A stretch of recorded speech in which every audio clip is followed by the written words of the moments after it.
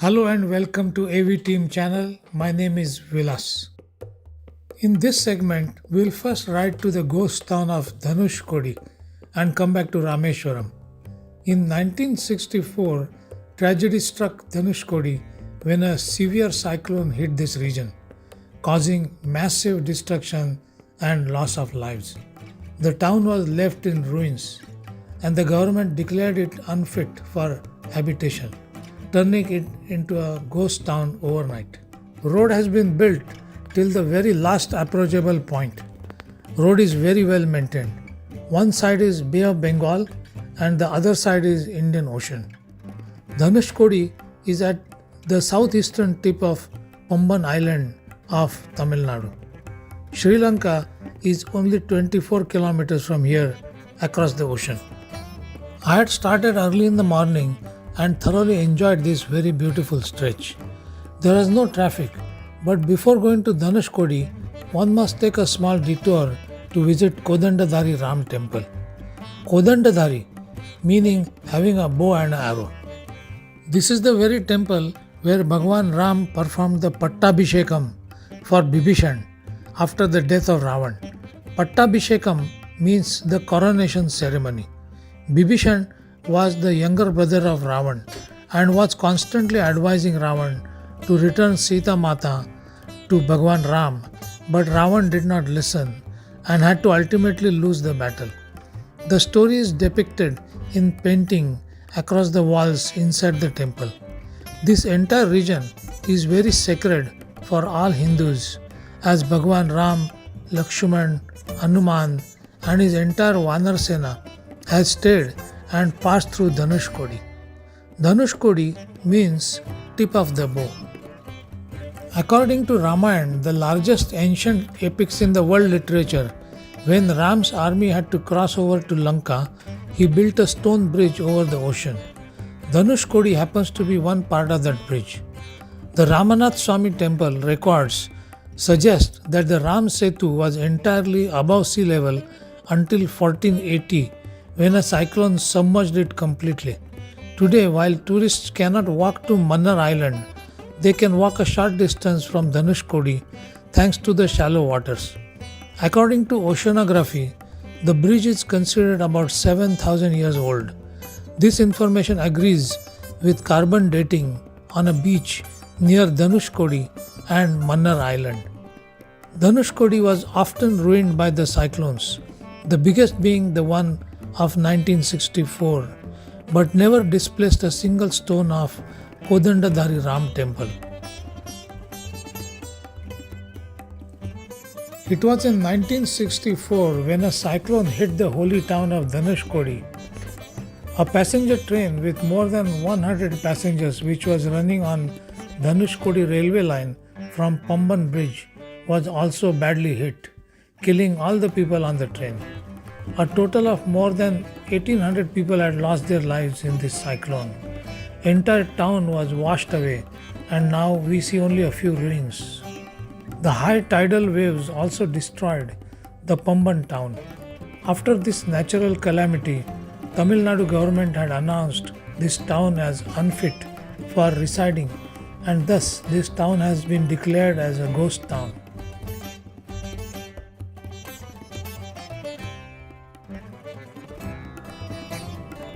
It's almost 60 years that this area has been like this. Only a few tourists and pilgrims come here, but no locals live here anymore, except a few fishermen. One feels sad about the lost lives, but who can control the natural disasters of such magnitude? At the Ashok Stamb, I spent a few quiet minutes remembering those who lost their lives. The very first Ashok Stamb is a 50-meter high pillar crafted out of sandstone in 280 BCE during the Maurya dynasty at Sarnath near Varanasi.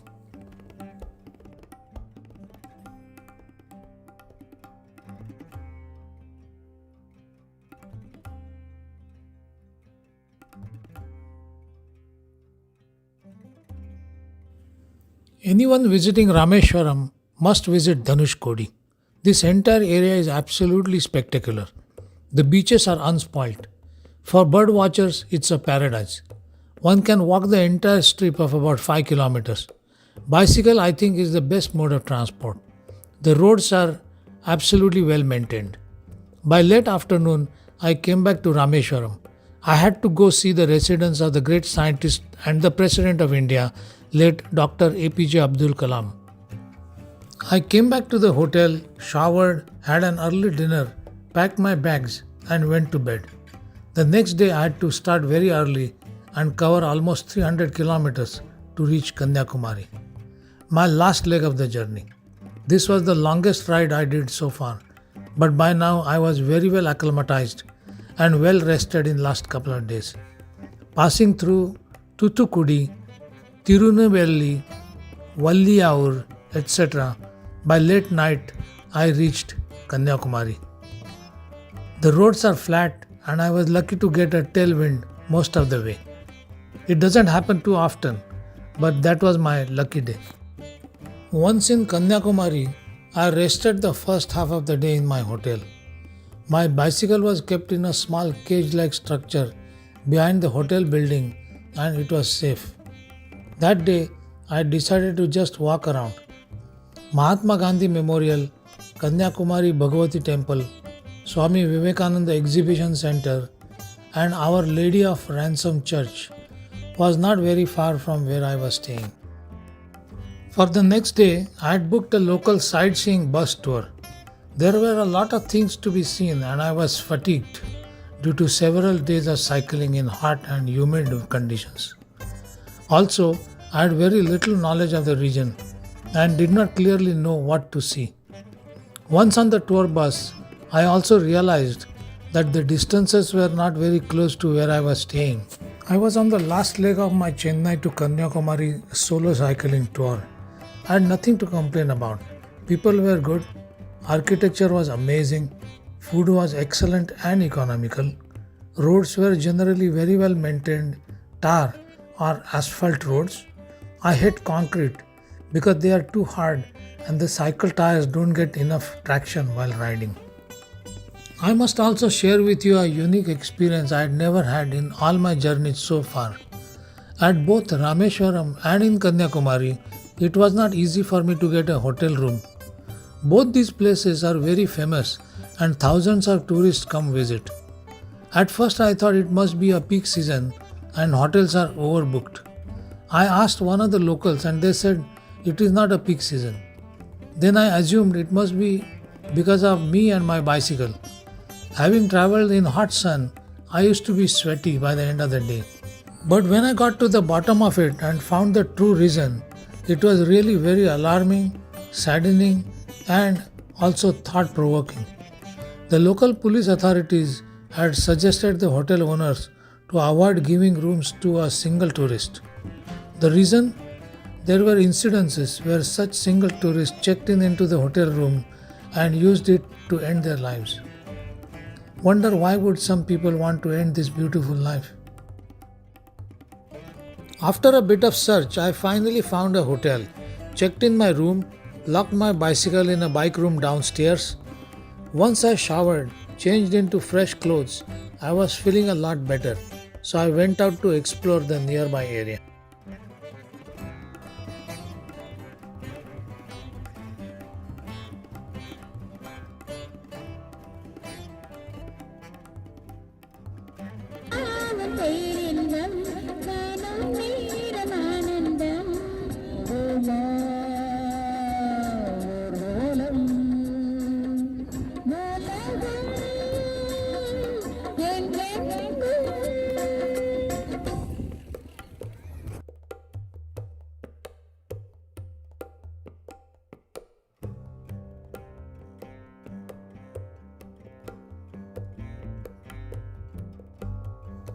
I wandered on the beach. Kanyakumari is the southernmost tip of India and the only place in India where the sun rises and also sets in the ocean. It is also a popular tourist destination for the 41-meter tall Tiruvalluvar statue and Vivekananda Rock Memorial off the coast. Tiruvalluvar, commonly known as Valluvar, was an Indian poet and philosopher. Next morning, I woke up pretty early, had a quick shower, and rushed to the beach to witness the breathtaking sunrise, where the Indian Ocean, Bay of Bengal, and Arabian Sea meet in a mesmerizing symphony of colors. It must have been 5 o'clock or so, and already there were hundreds of people waiting. It's a game of patience and a bit of luck.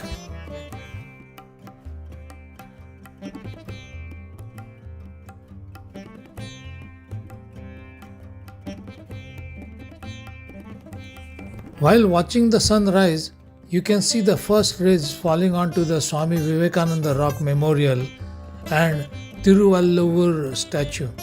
One look at these and they start to invite you. The story goes that when Swami Vivekananda first saw these rocks, he could not wait for the boatman to take him there. He just jumped and swam there. But I would take a ferry that leaves around 8 o'clock. There was enough time for me to have a breakfast, a cup of tea before I stood in the line to buy my ticket. Swami Vivekananda was one of the most influential philosophers and social reformers in his contemporary India.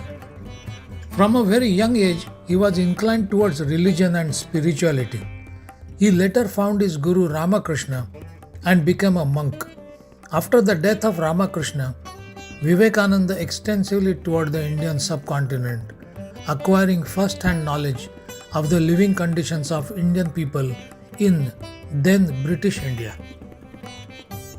Moved by their plight, he resolved to help his countrymen and found a way to travel to the United States, where he became a popular figure after the 1893 Parliament of Religions in Chicago, in which he began his famous speech with the words Sisters and Brothers of America, before introducing Hinduism to Americans.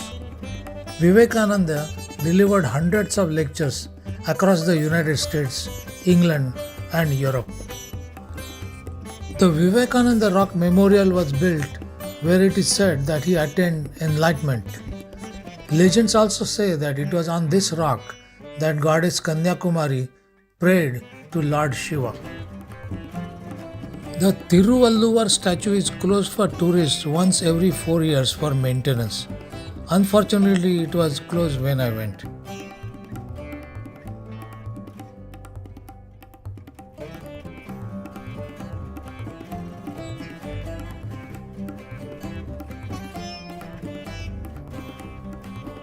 The very name Kanyakumari has a very long history. It was mentioned in Hindu scriptures of Ramayana and Mahabharata. It is named after the Hindu goddess Kanyakumari, an incarnation of the goddess Parvati, who performed penance at this place to attain Lord Shiva's hand in marriage.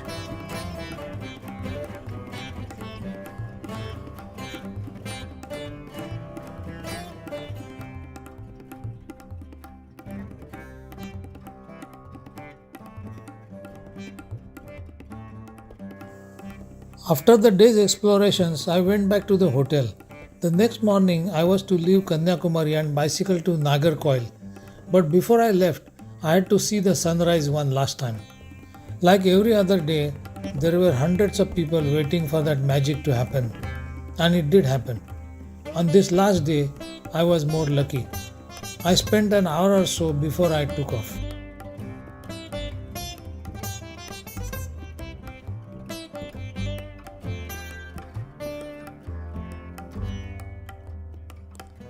From my hotel in Kanyakumari, Nagarcoil is only about 25 kilometers.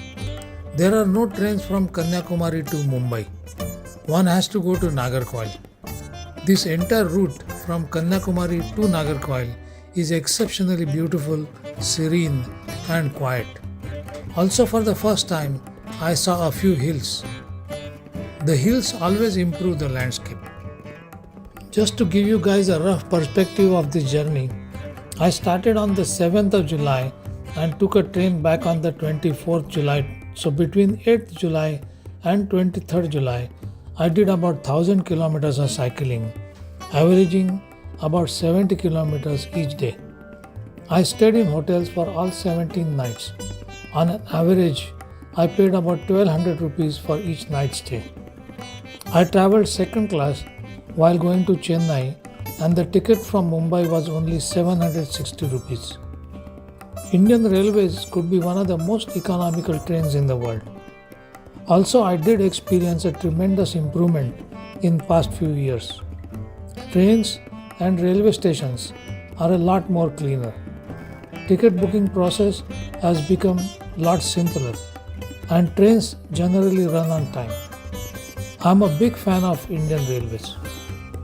This solo bicycle tour was very fulfilling. I had an opportunity to see some mind-blowing ancient architecture in Mahabalipuram, Kanchipuram, Tanjavur. I could see many old temples that had hundreds and thousands of years of history.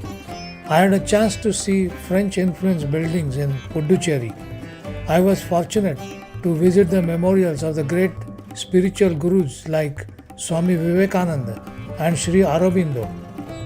I saw some superb old churches, one near Tanjavur, where an Italian missionary came, stayed, learned the local language, and built the church. When you are solo bike touring, you make your own plans. Go as far or less as you like. If you want to stay for a few extra days at one particular place, you can do that. If you want to take a detour and explore the nearby areas, you can do that. There are also some challenges. Loneliness could be one of them, but not in India. There are always some people you can talk to, even if they are total strangers. I want to thank my friend AC Ashok who suggested me to take this tour.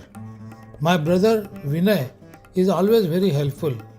While I am enjoying my solo rides in India, I can always bank on his support.